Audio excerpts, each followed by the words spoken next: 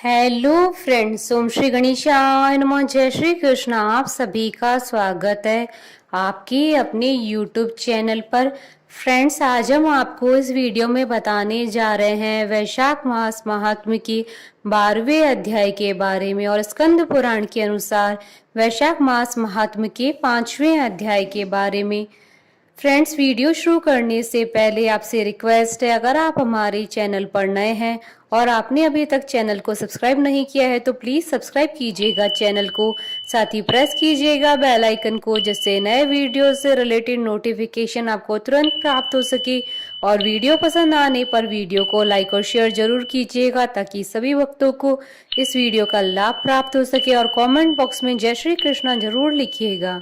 वैशाख मास महात्म सब प्रकार के विघ्नों का नाश करने वाले तथा सारी सृष्टि का पालन करने वाले श्री गणेश जी तथा ज्ञान की दाता देवी श्री सरस्वती जी तथा सब पुराणों के कर्ता श्री व्यास जी तथा श्री गुरुदेव जी के चरण कमलों में नमस्कार करके भगवान की श्रद्धा और भक्ति रस में डूबे हुए वैशाख मास महात्म की कथा कहती हूँ। ब्रह्मा जी का यमराज को समझाना और भगवान विष्णु का उन्हें वैशाख मास में भाग दिलाना। ब्रह्मा जी ने कहा, यमराज, तुमने क्या आश्चर्य देखा है? क्यों तुम्हें खेद हो रहा है? भगवान गोविंद को एक बार भी प्रणाम कर लिया जाए तो वह 100 अश्वमेघ यज्ञों के अवृत स्नान के समान होता है। यज्ञ करने वाला तो पुनः इस संसार में जन्म लेता है, परंतु भगवान को किया हुआ प्रणाम पुनर्जन्म का हेतु नहीं बनता है, मुक्ति की प्राप्ति करा देता है। जिसकी जीवा के अग्रभाग पर हरि ये 2 अक्षर विद्यमान है, उसको कुरुक्षेत्र तीर्थ के सेवन अथवा सरस्वती नदी के जल में स्नान करने से क्या लेना है? जो मृत्यु काल में भगवान विष्णु का स्मरण करता है वह अभक्ष्य भक्षण आदि से प्राप्त हुई पाप राशि का परित्याग करके भगवान विष्णु के सानिध्य को पाता है, क्योंकि भगवान विष्णु को अपना स्मरण बहुत ही प्रिय है। यमराज, इसी प्रकार वैशाख नामक मास भगवान विष्णु को प्रिय है, जिसके धर्म को श्रवण करने मात्र से मनुष्य सब पापों से मुक्त हो जाता है। उसके अनुष्ठान में तत्पर रहने वाला मनुष्य यदि मुक्ति को प्राप्त हो तो उसके लिए क्या कहना है। वैशाख मास में भगवान पुरुषोत्तम के नाम और यश का गान किया जाता है, जिससे भगवान बहुत प्रसन्न होते हैं। पुरुषोत्तम श्री हरि संपूर्ण जगत के स्वामी और हमारे जनक है। यह राजा कीर्तिमान वैशाख मास में उन्हीं भगवान के प्रिय धर्मों का अनुष्ठान करता है, जिससे प्रसन्नचित होकर भगवान विष्णु सदा उसकी सहायता में स्थित रहते हैं। भगवान वासुदेव के भक्तों का कभी अमंगल नहीं होता है, उन्हें जन्म मृत्यु जरा और व्याधि का भय भी नहीं प्राप्त होता है। कार्य में नियुक्त किया हुआ पुरुष यदि अपनी पूरी शक्ति लगाकर स्वामी के कार्य साधन की चेष्टा करता है तो उतने से ही वह कृतार्थ हो जाता है। यदि शक्ति के बाहर कार्य उपस्थित हो जाए तो स्वामी को उसकी सूचना दे दे, उतना कर देने से वह उऋण हो जाता है, उसका सुख का भागी होता है। जिसने उस प्रयोजन को स्वामी से निवेदित कर दिया है उसके ऊपर न तो कोई ऋण है और न ही पातक लगता है। अपने कर्तव्य पालन के लिए पूरा यत्न कर लेने पर प्राणी का कोई अपराध नहीं रहता। यह कार्य तुम्हारे लिए असंभव है, अतः इसके विषय में तुम्हें शोक नहीं करना चाहिए। ब्रह्मा जी के ऐसा कहने पर यमराज ने दीनवाणी में कहा, तात, मैंने आपके चरणों की सेवा से सब कुछ पा लिया है। तब ब्रह्मा जी ने पुनः समझाते हुए कहा, धर्मराज, राजा कीर्तिमान विष्णु धर्म के पालन में तत्पर है। चलो हम लोग भगवान विष्णु के समीप चले और उन्हें सब बात बताकर पीछे उनके कथनानुसार कार्य किया जाएगा।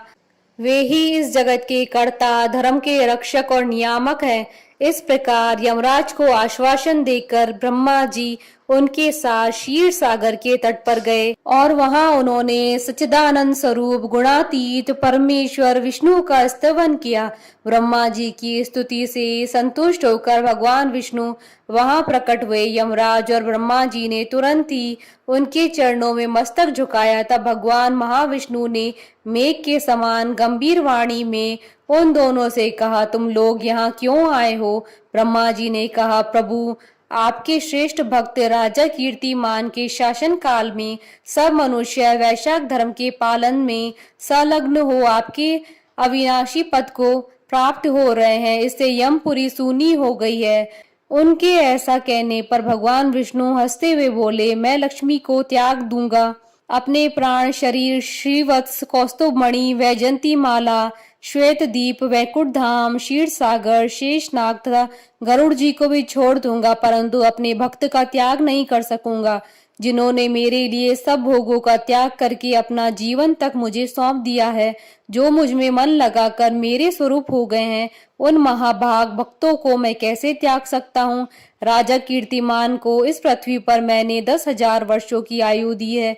उनमें से 8,000 वर्ष तो बीत गए। शेष आयु और बीत जाने पर उसे मेरा सानिध्य प्राप्त होगा। उसके बाद पृथ्वी पर बेन नामक दुष्टात्मा राजा होगा, जो संपूर्ण वेदोक्त महाधर्म का लोप कर देगा। उस समय वैशाख मास के धर्म भी छिन्न भिन्न हो जाएंगे। बेन अपने ही पाप से भस्म हो जाएगा। तत्पश्चात मैं पृथु होकर पुनः सब धर्मों का प्रचार करूंगा। उस समय लोगों में वैशाख मास के धर्म को भी प्रसिद्ध करूंगा।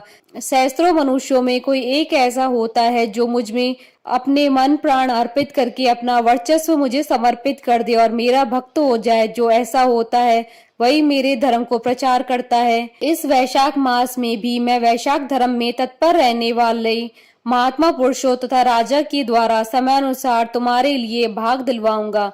लोक में जो कोई भी वैशाख मास का व्रत करेंगे वे तुम्हें भाग देने वाले होंगे। उनके वैशाख मास में बताए हुए महाधर्म के पालन में तुम कभी विघ्न न उपस्थित करना। यमराज को इस प्रकार आश्वासन देकर भगवान विष्णु वहीं अंतर ध्यान हो गए।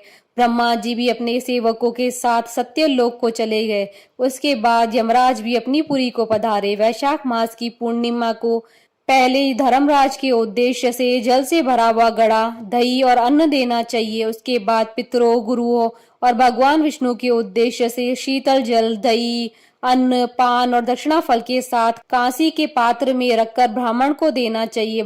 भगवान विष्णु की दिव्य प्रतिमा वैशाख मास की महात्म कथा सुनाने वाले दीन ब्राह्मण को देनी चाहिए। उस धर्म वक्ता ब्राह्मण को अपने धन से भी पूजित करना चाहिए। राजा कीर्तिमान ने सब कुछ उसी प्रकार किया। उन्होंने पृथ्वी पर मनोवांछित भोग भोग कर शेष आयु पूर्ण होने के पश्चात पुत्र पौत्र आदि के साथ विष्णु धाम को प्रस्थान किया।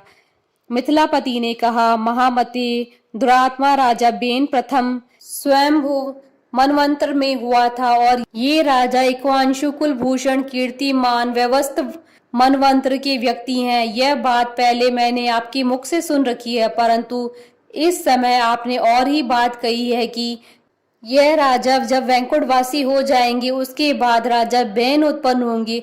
मेरे इस संशय को आप निवृत्त कीजिए। श्रुतदेव ने कहा, राजन, पुराणों में जो विषमता प्रतीत होती है वह युग भेद और कल्प भेद की व्यवस्था के अनुसार है। किसी कल्प में ऐसा ही हुआ होगा कि पहले राजा कीर्तिमान और पीछे बैन हुआ, इसलिए कहीं कथा में समय की विपरीतता देकर उसके अप्रमाणिक होने की आशंका नहीं करनी चाहिए।